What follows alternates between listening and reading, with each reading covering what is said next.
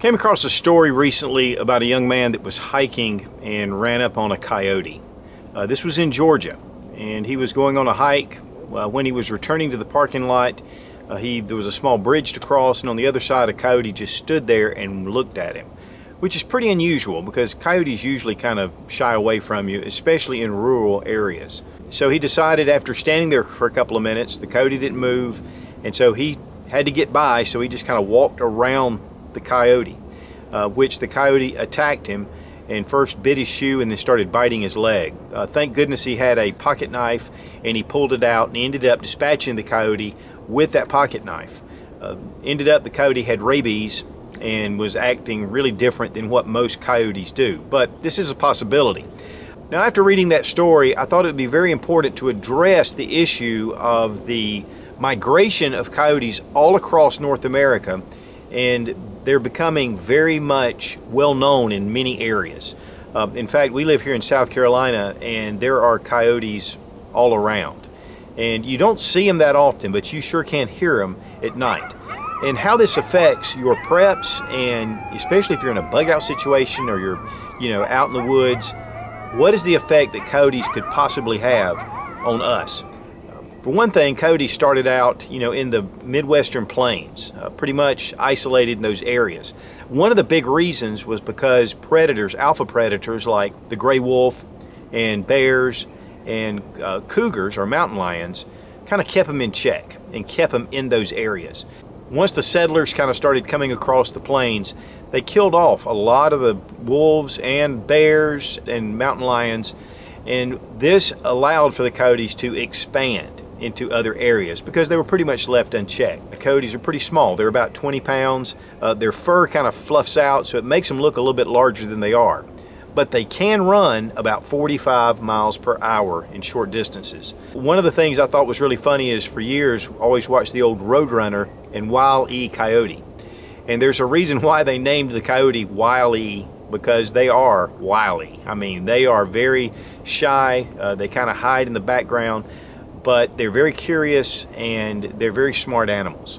Now, the first thing I'd like to address are the dangers. What dangers are there? I mean, these are like wild dogs, out in the woods. If you're a hunter, I know I have a good friend of mine that has a large piece of hunting property, and the coyotes have pretty much run off most of the deer. I think one of the biggest threats of coyotes is killing off a lot of game. They do travel singularly, sometimes they travel in pairs, but they have been known to travel in packs. And once they do that, they can be dangerous not only to native wildlife, but also to livestock. One thing that they're definitely known for is killing off rats and rabbits and cats, feral cats, even pets, especially if you have small pets. But typically with a regular sized dog, they look at that more as a competitor more than lunch. But if you have a really small animal, they can take that. Now, as far as threats to humans, obviously if a coyote has rabies, that's a special situation. But coyotes in general, as long as they have their fear of man, which is a natural fear for them, they're pretty much, harmless to most humans. But they have attacked small children and have actually killed at least one child out in California, and then a pack of coyotes in Nova Scotia killed a 19-year-old girl that was hiking. So they are capable. Now, typically in a rural situation, when you're out in the wilderness, you're outdoors, coyotes will pretty much leave you alone. In fact, you'll never even know they're there. They kind of tend to stay away from humans as much as possible, unless you go near their dens around the spring and early summer. They can be somewhat territorial then, and they will guard those pups. One of the things that you need to do if you ever encounter a coyote, number one, is don't run. Don't turn your back on a coyote, because then you become a prey, and especially if you run away. What most experts recommend is that you do what they call hazing, and that's standing firm, standing large, and waving your hands about, being loud, and just yelling at the coyote. Make your presence really big. If they don't really start to get out of the way, then take some rocks or sticks and just throw toward them. But one thing you definitely need to do is to stand there and be loud and be big. Now, one thing that coyotes will do, they'll run off for about 15 yards and then they'll turn around. And they'll continue to do that, kind of watching you. So as you back away, do so backward. Keep your face to the coyote and just walk back and keep making those loud noises. Now, if you have pets, it's really important maybe to grab that pet, especially if it's a smaller pet, to grab that pet up into your arms and hold on to it. And so that typically will keep coyotes at bay. Again, if you're near their den, you know, they could be more aggressive. Typically, if you have a larger dog or a larger pet, they can get aggressive to that dog. So having your dog on a leash, especially if you're out in the woods, you're out in the wilderness, you know, could be important to be able to retain it. And not a long leash, but a short leash. Coyotes are pretty territorial, and they look at the larger dogs as more, again, of a competitor more than they do that something they want to attack. Now, one of the things that's been a real phenomena over the past few years is that coyotes really concentrating in urban and suburban areas. It's not unusual in a lot of places, especially big cities, to find coyotes just walking along with humans, walking along with people just like a dog would. And they just kind of act like they don't even see you. Unless there's another dog around, they get really attentive then.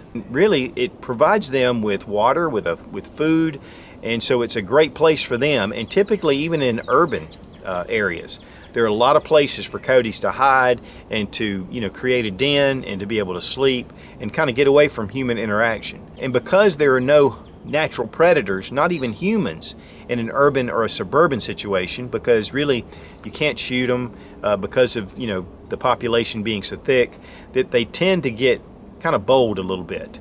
And that can be a problem because they start to lose their fear for humans. And when they do, that does become a problem. Now, and that's one of the reasons why you don't see coyotes when you're out in the wild and out in the wilderness as much, because they know that hunters and farmers, they tend to get rid of coyotes, and so the coyotes kind of disappear. One thing that I thought was interesting was this one game management seminar that I was watching said that if you kill a coyote in an urban environment, especially a coyote that's doing just coyote things, not really bothering anybody, staying kind of at a distance, that they're really probably killing off a lot of the rats and rodents and rabbits and things like that, and kind of keeping things kind of clean. It's almost a benefit to have the coyotes around. But when you take out that coyote, it usually introduces a new coyote that comes into the area, because obviously there's food, there's sustenance there for the coyote to live, and so he's going to stay in that area. And you may take out a coyote that was pretty well behaved, that was kind of leaving things alone, and you may be introducing a new coyote that may be causing problems. Now, as far as having coyotes around your own property, you know, it's definitely something that I personally wouldn't want, especially because we have cats that keep rodents down, and we have dogs, and of course we have kids, even though they're larger, but we do regularly have smaller kids here and in our neighborhood. So we don't really want to attract coyotes into our area. And the big way to do that is to keep your pet food from being just outside available for, you know, coyotes to come and eat. Keep your trash cans sealed. Any kind of water sources that you have around, and looking for different areas in your house or around your house, like under a porch, under a deck, where coyotes could actually build a den and have pups. And that's definitely something you don't want to have around your property, because they can become pretty aggressive protecting their own. And just doing some sensible things that just take away the desire for a coyote to even come around. You're taking away its food sources, its water sources, its places, and so they'll look for other places to bunker down. And so that's just a few of the things that you can do to keep those animals at bay. Guys, a coyote, regardless, is a wild animal.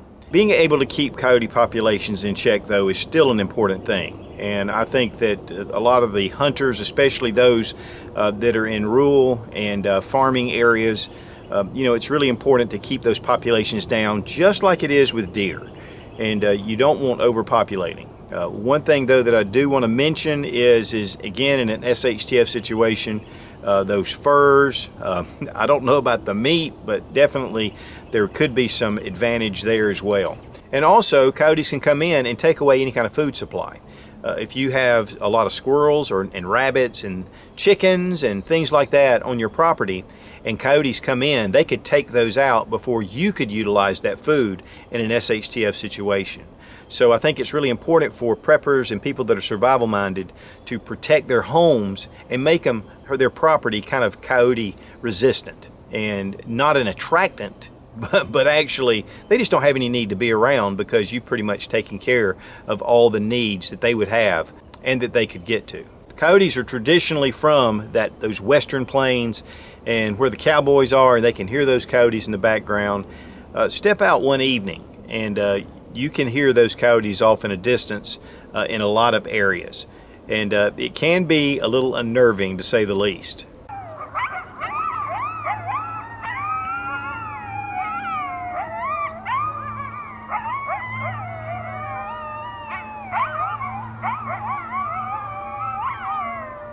So guys, if you're really serious about prepping and survival, check out Survival Dispatch Insider.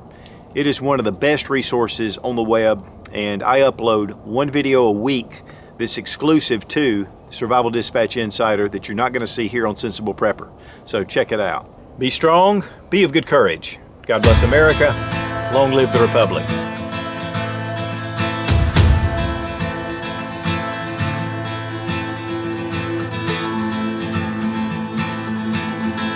I don't wear a toupee. It's my hair. I swear.